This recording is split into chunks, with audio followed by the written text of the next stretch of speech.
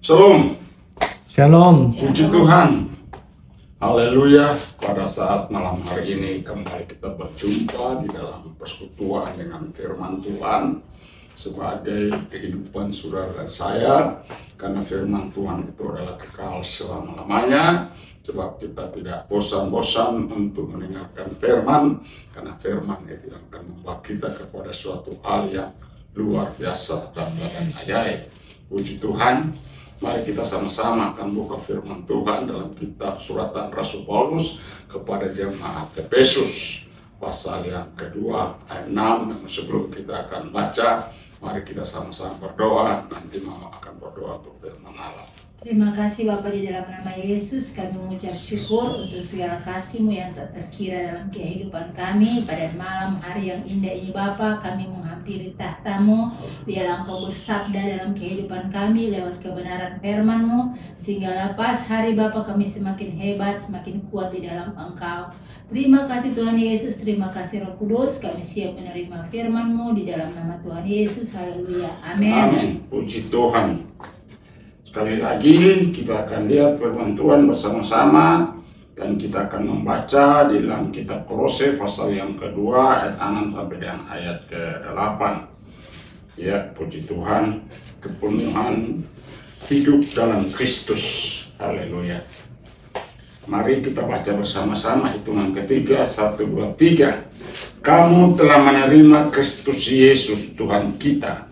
Karena itu hendaklah hidupmu tetap di dalam Dia. Hendaklah kamu berakar di dalam Dia dan dibangun di atas Dia. Hendaklah kamu bertambah teguh di dalam iman yang telah diajarkan kepadamu. Dan hendaklah hatimu melimpah dengan syukur. Hati-hatilah supaya jangan ada yang menawan kamu dengan filsafat yang kosong dan palsu menurut ajaran turun-temurun dan roh-roh dunia, tapi tidak menurut Kristus. Ayat 9 sama-sama. Sebab di dalam Dia berdiam secara jasmania seluruh kepenuhan kealahan. Amin. Puji Tuhan. Judul firman Tuhan, hidupku bukan aku lagi, tetapi Yesus Kristus. Amin. Amin. Jadi dalam ayat yang ke-6 di sini Rasul Paulus yaitu kembali meneguhkan iman jemaat yang ada di Kolose, bahwa mereka adalah orang-orang anak-anak Tuhan hasil daripada pelayanan Rasul Paulus. Dia mengingatkan kembali agar supaya mereka mau teguh di dalam firman Tuhan. Katakan teguh dalam firman Tuhan. Teguh dalam firman Tuhan. Teguh dalam firman Tuhan artinya kita tetap terikat, terpaut, terconnect bersama-sama dengan Tuhan Yesus. Tidak ada apapun yang akan memutuskan hubungan kita dengan Bapa kita di surga.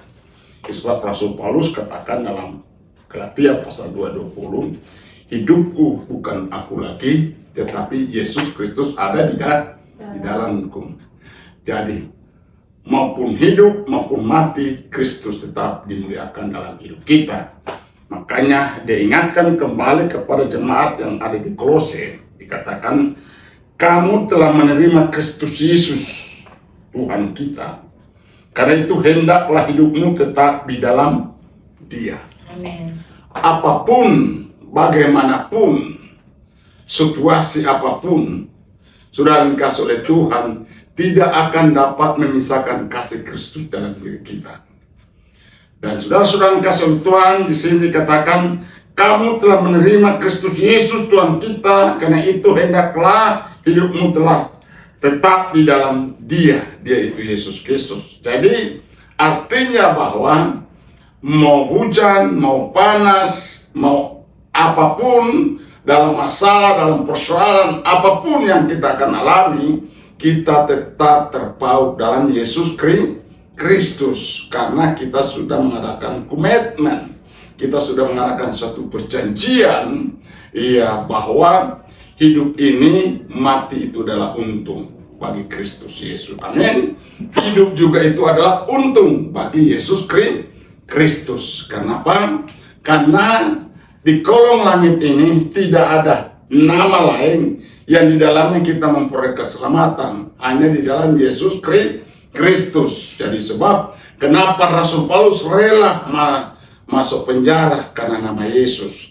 Rasul Paulus rela untuk dianiaya karena nama Yesus. Jadi sebab saudara-saudara kasih Tuhan, bagi kita hari ini Kristus Yesus dalam hidup kita itu sudah final. Tidak ada satu apapun yang akan bisa mematakan.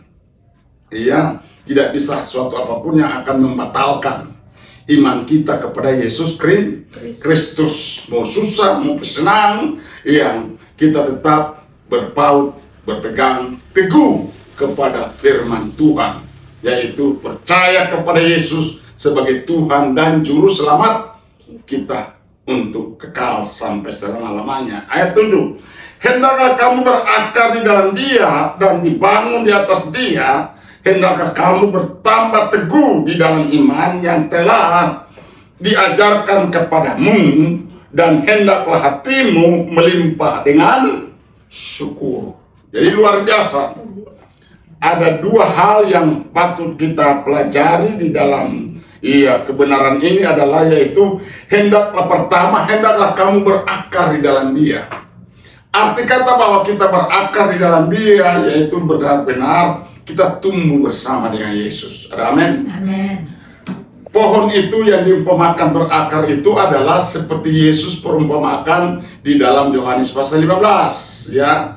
Dikatakan, akulah pokok anggur dan kamu adalah carangnya. Di luar aku kamu tidak bisa dapat berbuat apa-apa. Jadi saudara, kenapa akar ini diangkat oleh Rasul Paulus? Karena pohon itu tanpa akar tidak akan mengalami kehidupan. Demikian Yesus Kristus dalam hidup kita. Tanpa Bapa kita di surga, tanpa Yesus Kristus yang adalah pemberi kehidupan, kita tidak bisa dapat berbuat apa-apa. Ada amin? Itu sebab saudara-saudara kasih oleh Tuhan, kita berakar. Artinya kita harus betul-betul iman percaya kita itu terpaut kepada Tuhan Yesus, ya. Kenapa? Karena dikatakan di sini, dalam iman yang telah diajarkan kepadamu. Jadi dalam iman yang telah diajarkan kepadamu, ya, kemarin saya sudah sampaikan bahwa betapa luar biasa kalau kita hidup di dalam ajaran Tuhan, memegang pengajaran Tuhan, memegang pendidikan Tuhan, karena yaitu akibatnya kita akan memperoleh yang itu namanya hidup kekal selama-lamanya, yaitu berkat umur panjang di dunia ini dan berkat umur panjang di surga nanti. Itulah sudah kasih jaminan orang yang tetap di dalam Yesus, bertumbuh di dalam Yesus, berakar di dalam Yesus. Ada amin? Dan iman kita tetap teguh, tidak akan tergeser, karena iman itu adalah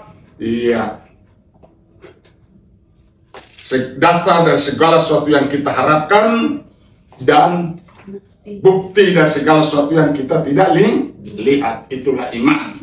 Jadi orang benar hidup karena iman, dari iman memimpin kepada iman. Artinya bahwa hari ini kita percaya kepada Yesus.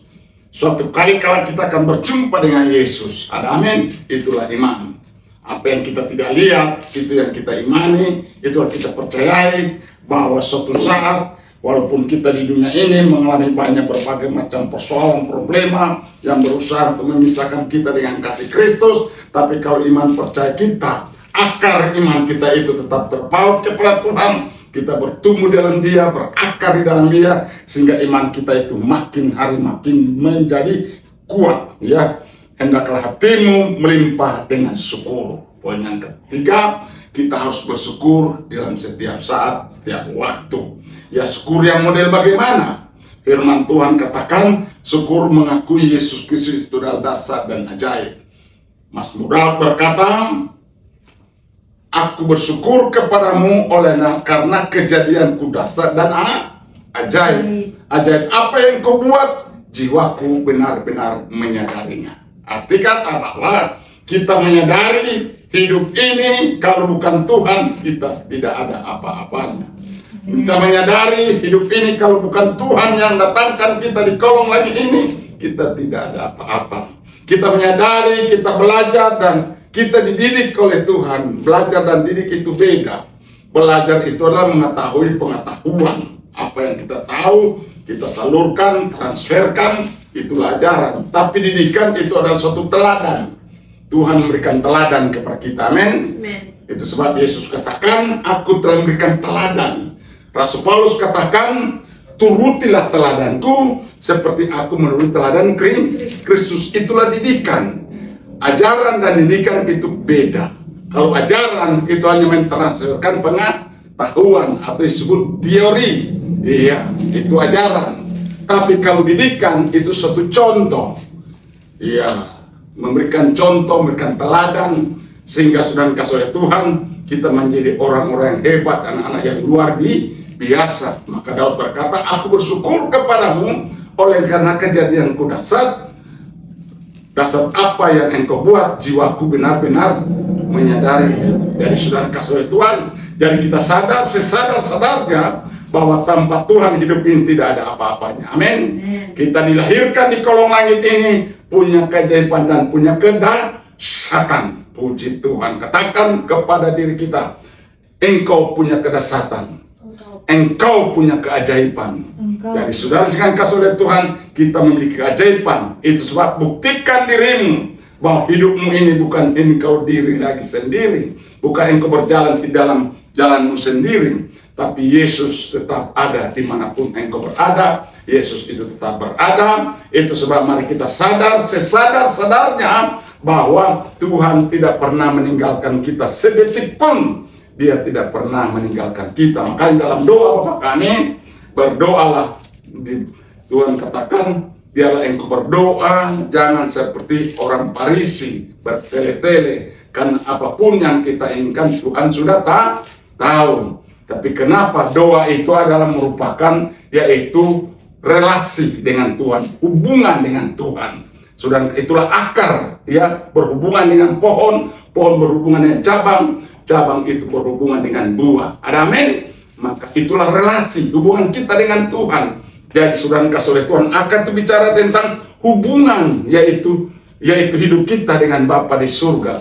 Jadi kalau kita berdoa, maka sudah dikasih oleh Tuhan kita telah membangun hubungan dengan Bapa di surga. Dengan cara bagaimana kita membangun hubungan dengan Bapa di surga? Yaitu dengan kita menerima penolong, yaitu Roh Kudus sebagai penolong kita, penghibur kita, mendidik kita. Ayat 8, hati-hatilah supaya jangan ada yang menawan kamu dengan filsafatnya yang kosong dan palsu, menurut ajaran turun-temurun dan roh-roh dunia, tapi tidak menurut Kristus. Jadi memang di kolong langit ini berabad-abad sudah dikasih oleh Tuhan, ya begitu banyak ajaran-ajaran yang seringkali kelihatan baik, tetapi sebenarnya itu tidak baik.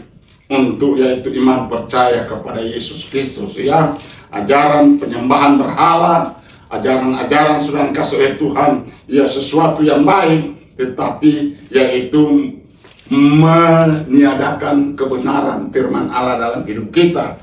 Itu sebab jangan sampai kita terjebak di dalam suatu filsafat-filsafat yang akan menyesatkan kita, ya. Filsafat termasuk yaitu mau obrak-abrik, yaitu tentang kehidupan, yaitu Yesus Kristus dan Allah ada perbedaan. Itu suatu ajaran yang kita harus hindari, karena Bapa, Anak, dan Roh Kudus itu adalah satu. Ada amin?